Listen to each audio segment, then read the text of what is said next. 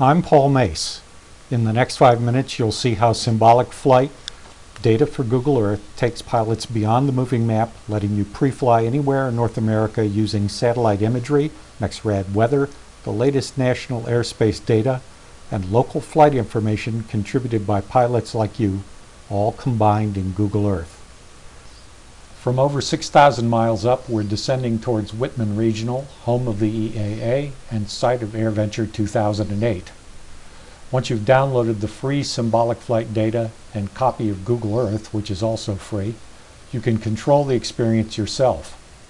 Until then, I have the controls and will fly us through the Fisk VFR arrival route for 2008, quoting as we go from the FAA NOTAM, which I assume you'll have memorized before you burn a gallon of gas.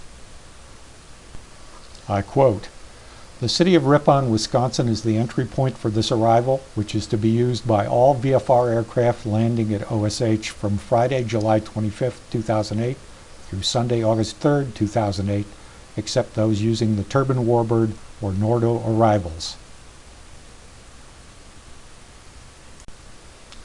I continue to quote, "Proceed to Ripon, Wisconsin.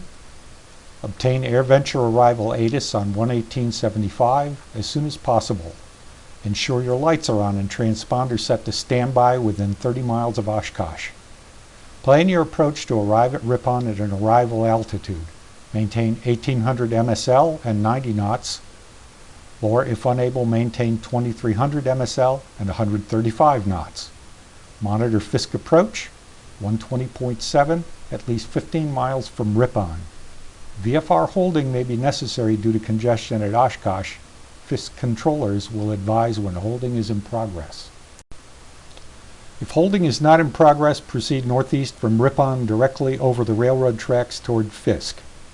Maintain single file and half-mile spacing from other aircraft at your altitude. Listen for controller's instructions as you approach Fisk.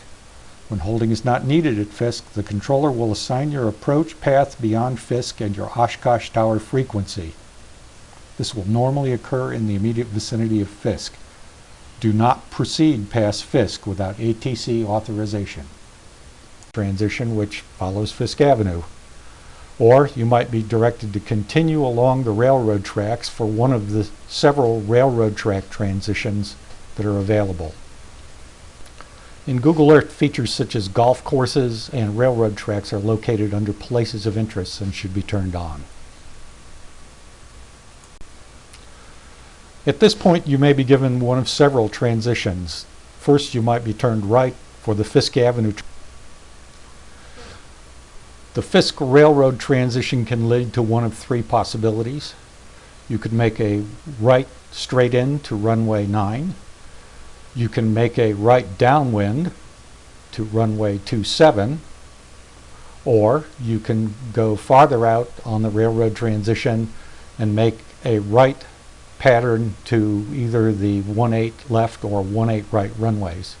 Note from here on runway 9 you can see the three colored circles, and those you'll be instructed to land on one of those dots which are painted on the runway. If this is your first time to Oshkosh, on means on. You'll remember this landing for the rest of your life. If you were given the Fisk Avenue transition to the east, you'll find yourself now on a left base to runway 36 or on an extended crosswind for left traffic to runways 18 left or right. At the outset, I mentioned holding. Let's take a look at the two holding patterns that are used for the Fisk approach. If holding is needed at Fisk, the Rush Lake holding pattern will be used. If holding is in progress and you haven't reached Ripon yet, then you're going to go into the Green Lake holding pattern.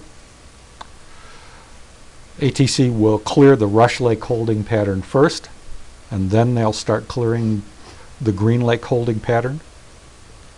You should read the NOTAM page 6 on this because the details are worth memorizing. Symbolic flight data is not intended to replace official publications from the EAA and FAA concerning safe flight to Oshkosh. However, by combining local place marks and traffic information contributed by pilots like you with official airspace data in Google Earth, Symbolic Flight takes you beyond the moving map to augmented reality, a truly new way to enhance your understanding and improve the safety of flight. For NavAware, I'm Paul Mace, hoping your AirVenture weather will be ceiling absolute and visibility unlimited.